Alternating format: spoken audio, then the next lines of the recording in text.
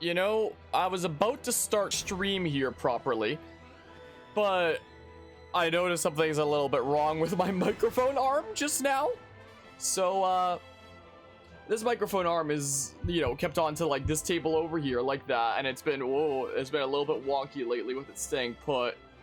And I'm just now looking over and realizing why. I thought that maybe it was getting a little bit weak at the base and it being able to stay firm. So the grip thingamabob that it clamps on with, it normally be facing this way, so it'd be like flat like this. Turns out it's crooked and sliding off like this way alongside here. So before we can start stream here properly, I need to figure out how to turn this. Cause I'm turning it a little bit. Okay. Yeah, my microphone arm has been getting a little bit loose and strangely. There we go. That lines it up a little bit better. Whoa. It might be a little bit loose underneath. It's fixed enough for now, and I'll fix it properly after the stream is over, I guess. Yeah, that's staying put a lot better now. Huh, I wish I noticed that way earlier. Where'd I put my controller just now? Oh, I put my controller right here. Okay, anyway, so, triangle strategy. So, good old strategy with triangles. As you can see, once again, I did some grinding off camera since the last time to become a little bit stronger. Let's start with the new chapter first before I say the stuff that I want to say about why I'm doing this game 2 nights in a row, when normally I take a little bit longer for breaks.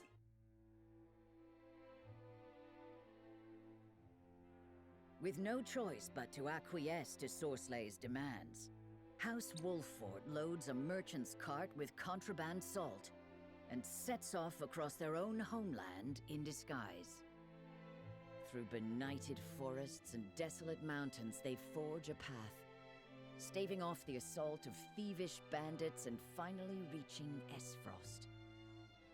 Upon crossing into new territory, they find themselves surrounded by soldiers clad in black. Expecting yet another skirmish, the Wolffort steel themselves for combat. However, the warriors lower their weapons. Through the mists, an unexpected figure appears, Svarog Esfrost, Lord of Twinsgate and keeper of his country's borders. Alright, Chapter 10, Part 1, Beneath a Frigid Sky.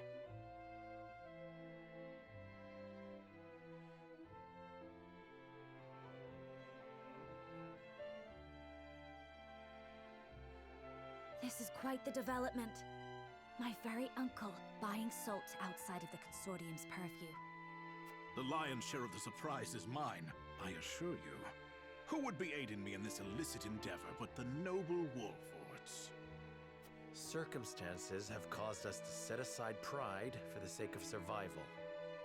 Of course, I understand. Oft we must travel the only road available to us. And what road has brought you here, Uncle? I cannot imagine you have come with Gustadolf's blessing. What road indeed?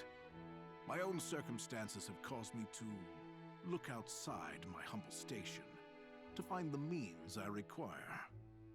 A reckoning is at hand, and I must needs be ready for it. To that end, I must ask. And pray do not waste my time with mistruths. Do you know who murdered my son? No, I'm sorry. I see. Gustadolf would have me believe that an agent of Glenbrook dealt the fatal blow. That's impossible. Is it? You speak as if you were there, Frederica. She was, as was I. We were with Dragan during his final moments. You were, and yet you do not know who killed him. I will ask once more, and once more only.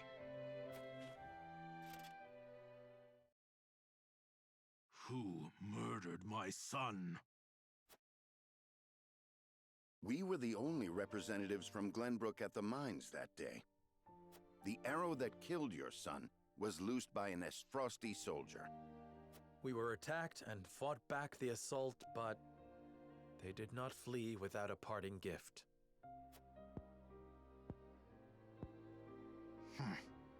Your story is convenient, but that alone is no reason to discount it. Besides, It does offer an interesting perspective on the matter. Let us say you have the truth of the matter. That would mean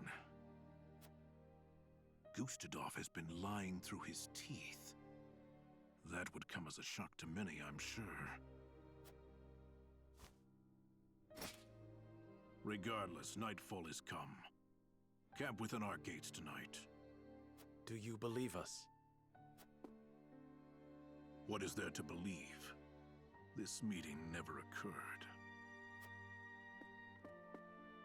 Now follow me.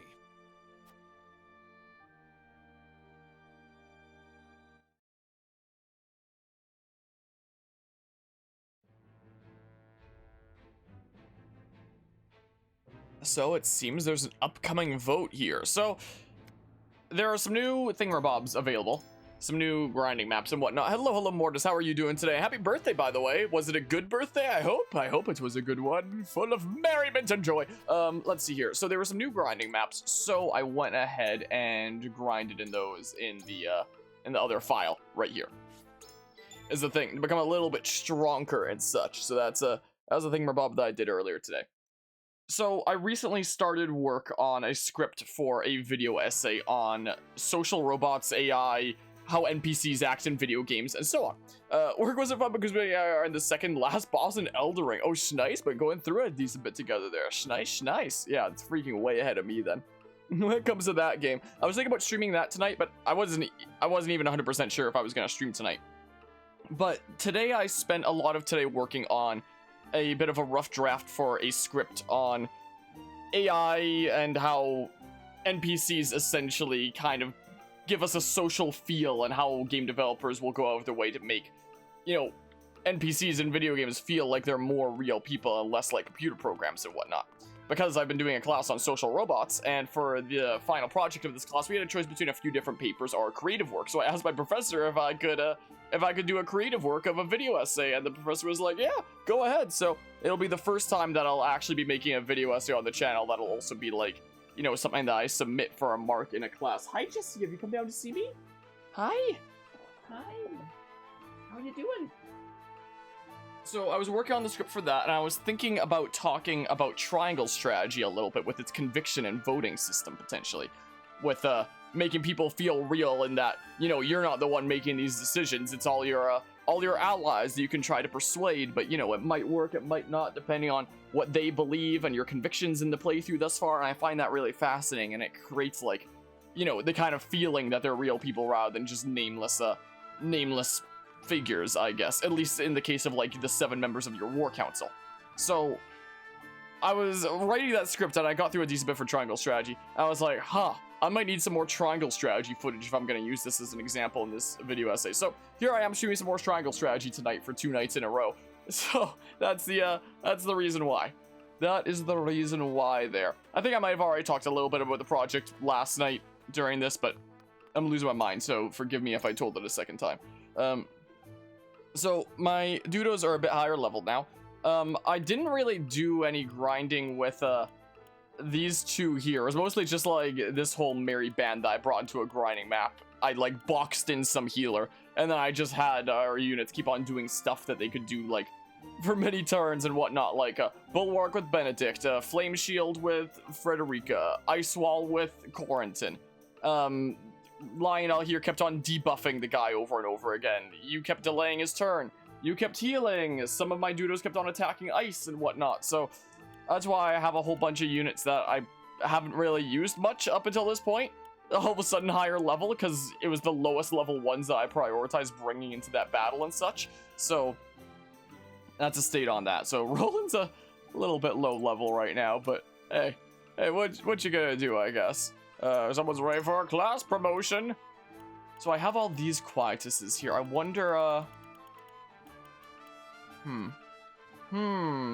wonder if there's other thingamabobs that I can, get here down the line. Other quietus thingamabobs, or if this is all I'm gonna be getting for a good while. Also, it seems like some of the information during, investigations and trying to convince people to vote a certain way is influenced by, what information you have, and that can, be information that you acquired in previous chapters as well, or notes that you have. So I don't know if any of these would be important to, unlock new arguments for for convincing people. But just in case it is, they only cost like the 1 quietus point. So I am going to, oh, I can just spam here because it'll do that. I'm just gonna go ahead and get all these things just in case they give me the information that I need to convince people a certain way. We shall see. We shall see if this does anything for me. I don't know. It's not like it takes a whole lot of my kudos, so it's fine anyway. So nothing else I can do in the trade post there. Now, for promotion, I can promote another one of our recruit units. And my original plan was to promote Frederica here, who would then get Fire Eater, grant an ally the ability to absorb fire for 3 turns, the fire type damage to enemies across 5 horizontal squares and set the ground ablaze. Oh, that's interesting. But one of the ones that I was really intrigued by when I was looking at like some of the new things that unlock with promotion was actually Eridor here, because always counterattack upon taking physical damage from an adjacent enemy. Now that intrigues me, I do have to say. That very, very much intrigues me, because Eridor was the freaking MVP during the last battle. He was the only reason why I was able to jank over that last battle and find my way to victory.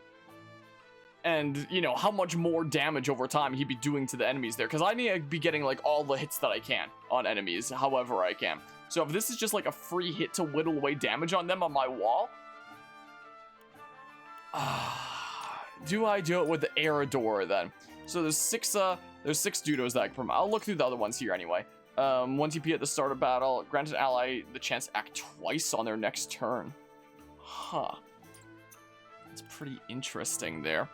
Gila would unlock Heal What Ails You. Heal an ally status ailments and unlocked at level 18. Whatever Mend Wounds is, probably just like an ultra heal. Hi, Silly Doggy. She's just around the corner here looking at me there. Hi.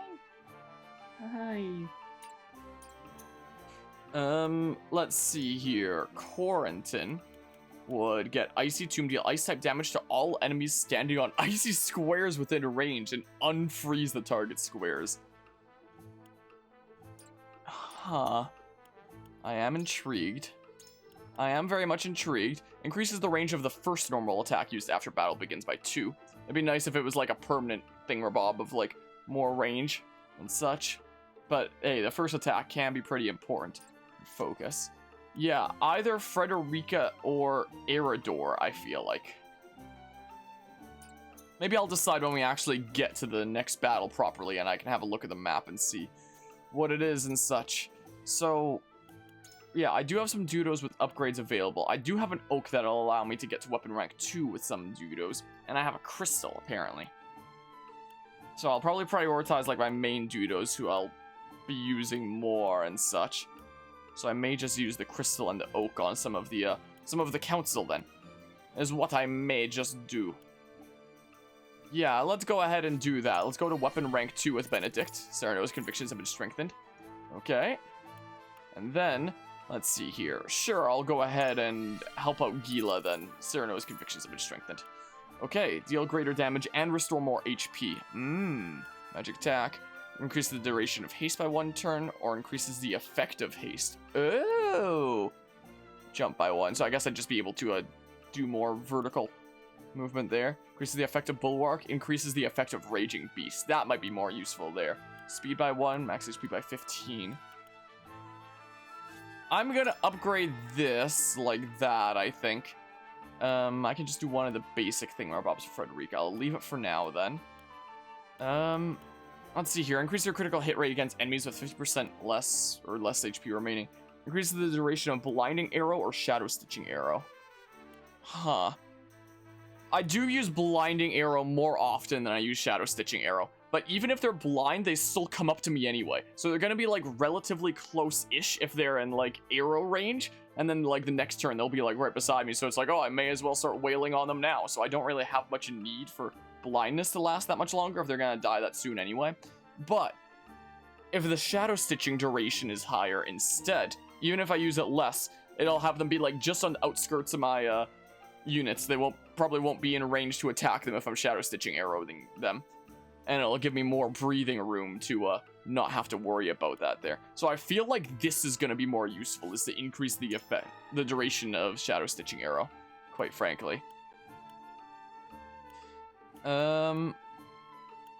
So I'll leave that for now. Strength, physical defense, maybe. I'm not sure, I'll do it. I'll do the thingamabob then, I guess. None of these lead into anything, so they might not be super important there. Maybe increase that strength by 1 and restore more HP. Sure, I'll go ahead and do that then. That's what I shall do. Erador here. Yeah, maybe I should increase physical defense. Is maybe what I should do. Evasion, huh?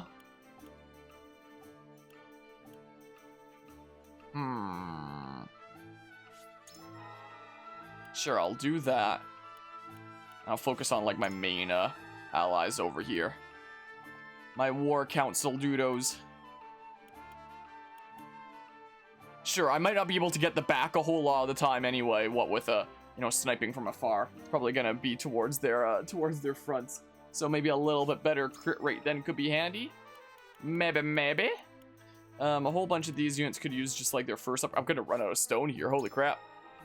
My goodness gracious. Ah, well. I've been a little bit intrigued by Archibald here in terms of using him a smidgen. Grinding and such. Okay. Okay, something like that-ish, I guess. Let us proceed to the vote. Let us proceed to what is being voted on over here. Actually, no, we're doing this first. I'm working on the Riverbank Erador where counts tales from his and Benedict's youth. Okay.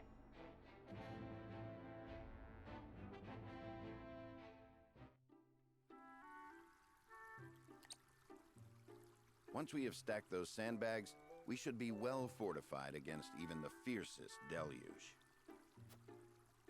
Leave it to me. This old wolf has some vim in him yet.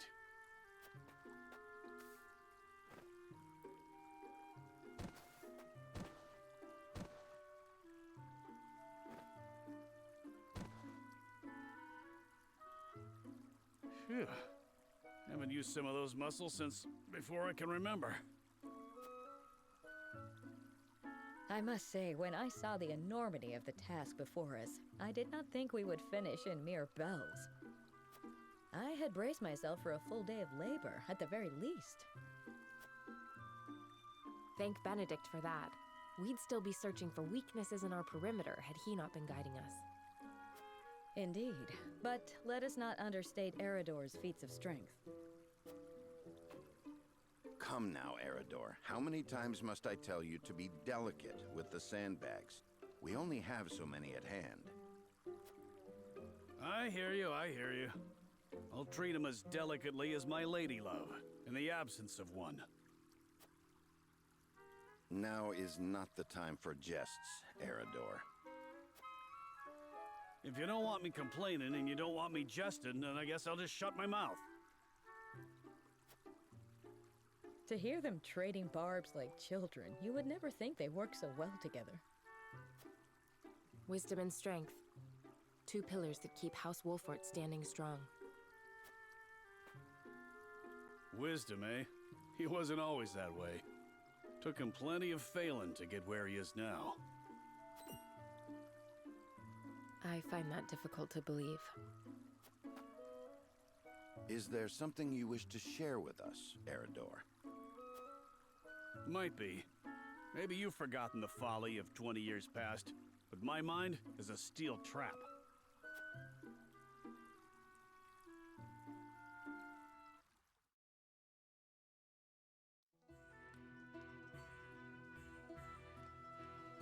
And what's our task for today?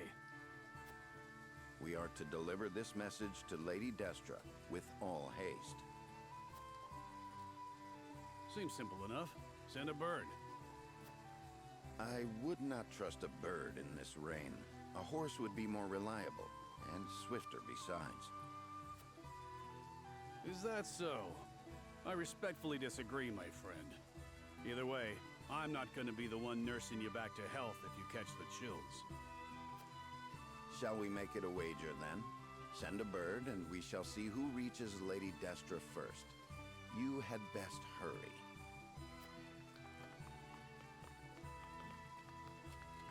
What? Benedict?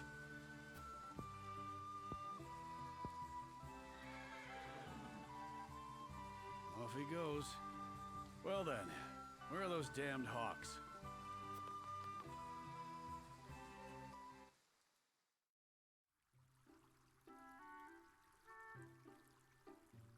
As I recall, Benedict arrived at around the same time as the hawk. If it were a sunny day, he might have won. Ah, the folly of youth. Many of our best days were spent in Lord Simon's service. We made many such wagers, in an attempt to get into Lord Simon and Lady Destra's good graces. I remember when... I believe we have had enough reminiscing for one day, Eridor. Don't be such a harsh taskmaster, Benedict. Where's the harm in a story? Ask me that again when the floodwaters break through our meager fortifications.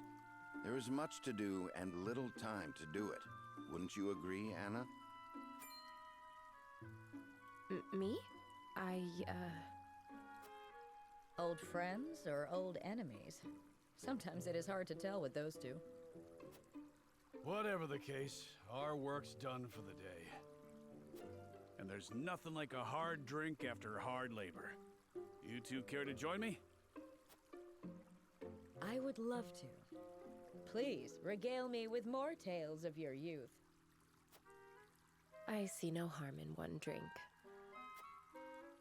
Let's be off then. Shall we invite Benedict along? You'd only be wasting your breath.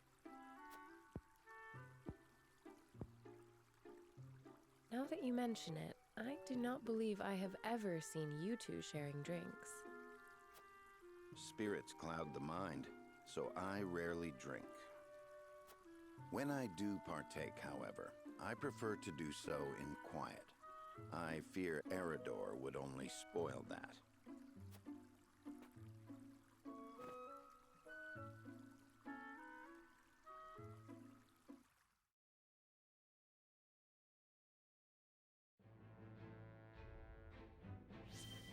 Cyrano's convictions have been strengthened. Awesome. You love to see it when Cyrano's convictions are strengthened. It doesn't seem like there's anything else around here right now. Just making sure. Alright, let's see here. After being questioned about Dragon's murder, Cyrano and the others seek a way to gain Svarog's trust.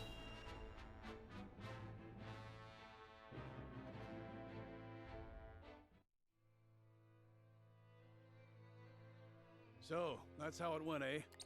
Glad you came back to us with your head on your shoulders. Given the lies he's been fed, it couldn't have been easy for Svarog to keep his composure. Still, it will be no easy task to assuage his doubts. I fear it may not be long until he gives into his desire for revenge, justified or not. Perhaps.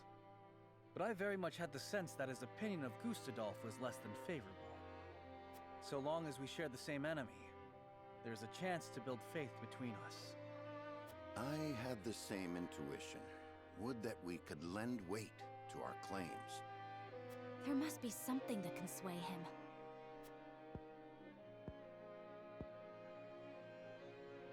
Perhaps a secret will suffice. We have one of great value to the right person. Huh? What are you on about? No. You can't mean... None would rather see the Archduke laid low more than I. If Svarog knew I still lived, we might find common cause. With the Prince of Glenbrook behind him, his opposition would be justified. The enemy of our enemy, eh? Wish we had more than a feeling to go on. Once this secret is revealed, there will be no turning back. It is a gamble, yes. However, this may be our best and only option to gain support from within Esfrost. There is much to consider. I would hear everyone's thoughts on the matter. Do we keep Roland's secret our secret? Or do we trade it for a potential ally?